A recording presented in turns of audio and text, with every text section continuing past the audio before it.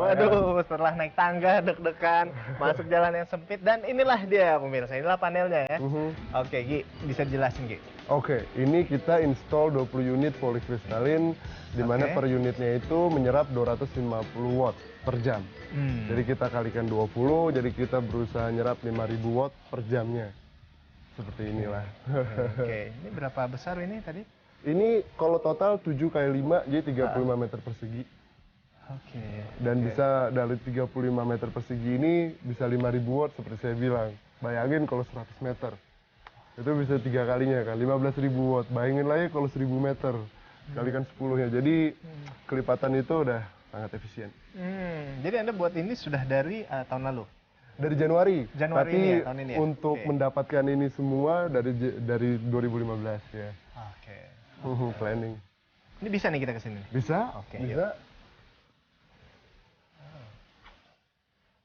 Nggak kenapa-napa kan ya? Enggak, di bawahnya juga. Di sini lebih adem. Oke. Jadi ya, gue dulu nggak ngerti apa-apa sih tentang listrik. Cuman karena akhirnya kita install ini, jadi kita bisa tahu untuk Harus kabel-kabel. ngerti ya, mau nggak mau harus ngerti. Iya, mau nggak mau. Iya Tapi dong. kalau bagaikan Udah ini, terjun ke sini. iya. Tapi seru sih. Kenapa? Karena kita bisa ngeliat lah kalau misalnya, ini nggak bad sama sekali loh. Karena dari matahari kita bisa nyiptain listrik. Ya kita bisa cukup sebenarnya tanpa listrik konvensional membakar batu bara atau. Tapi saya nggak bilang itu kita masih perlu. Cuman kombustible kita masih perlu. Cuman di kedepannya dengan nambahnya populasi, saya yakin ini bisa alternatifnya, apalagi untuk di pulau-pulau Indonesia ya. Ya bagian, oke betul. Bagian timur ya. So this is it. Ini sangat menjawab ya. Lumayan. Oke.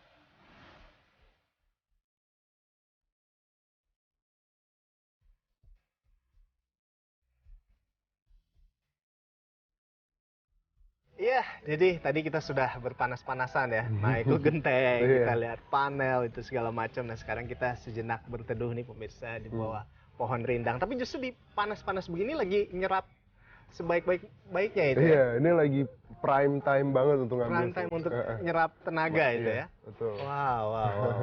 Jadi jam-jamnya jam-jam segini ya? Jam segini sampai jam setengah 2 lah.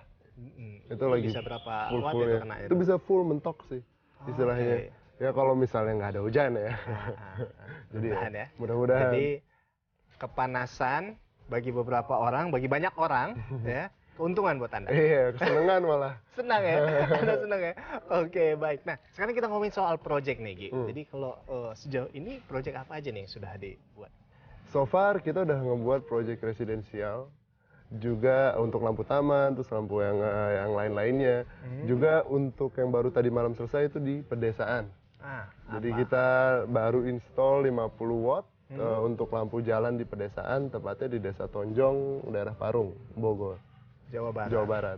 Project sosial. Project seperti itu. sosial. Oh iya, bisa diceritain gimana tuh?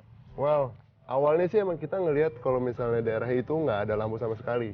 Jadi cuma ada lampu 3 watt, lampu pijar, arah keluar itu kayaknya bahaya juga, jalanannya kan belum rata bagus ya. Yes. Jadi kita punya pikiran, bikin aja satu di situ, biarkan mereka rasakan manfaatnya. Oh, kayak gini? Kayak gini kira-kira. Oh iya, ya, lumayan. gini ya. Jadi penyebaran cahaya juga lumayan banyak, dan mereka juga tadi malam sempat kirim foto dan emang merasa bersyukur, di situ kita merasa seneng. Wow. Jadi satu desa itu?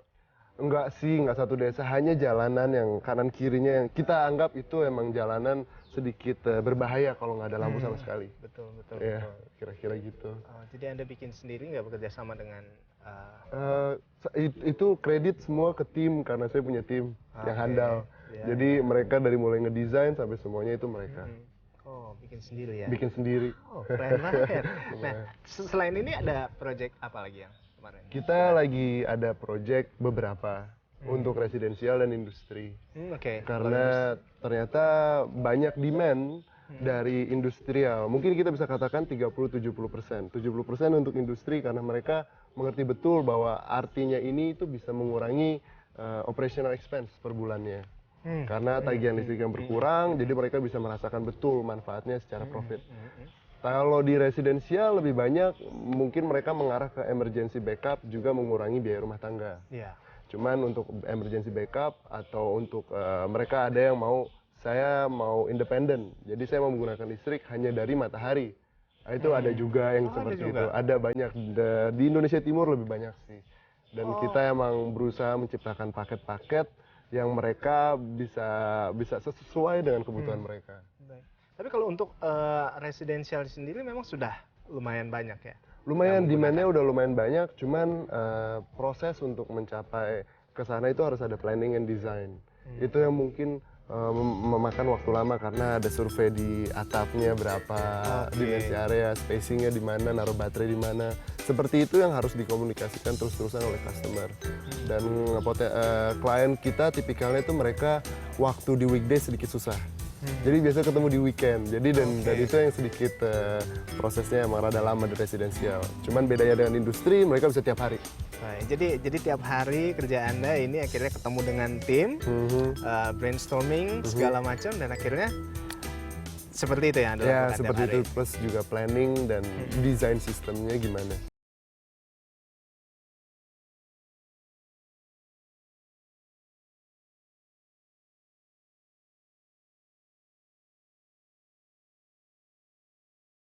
Menyelamatkan energi, Ya, menyelamatkan betul. bumi ini. Mulia sekali Anda nih. Saya mencoba apa yang saya bisa.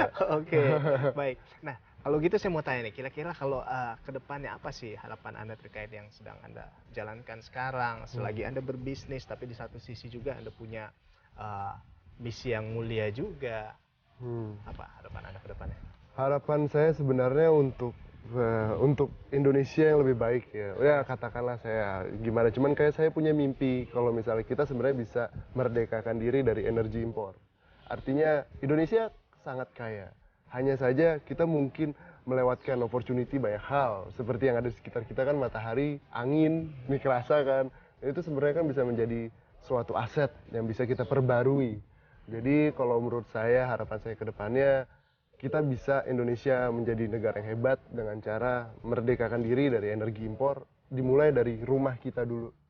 Dari kemudian kita selamatkan generasi yang mereka punya pikiran yang sama.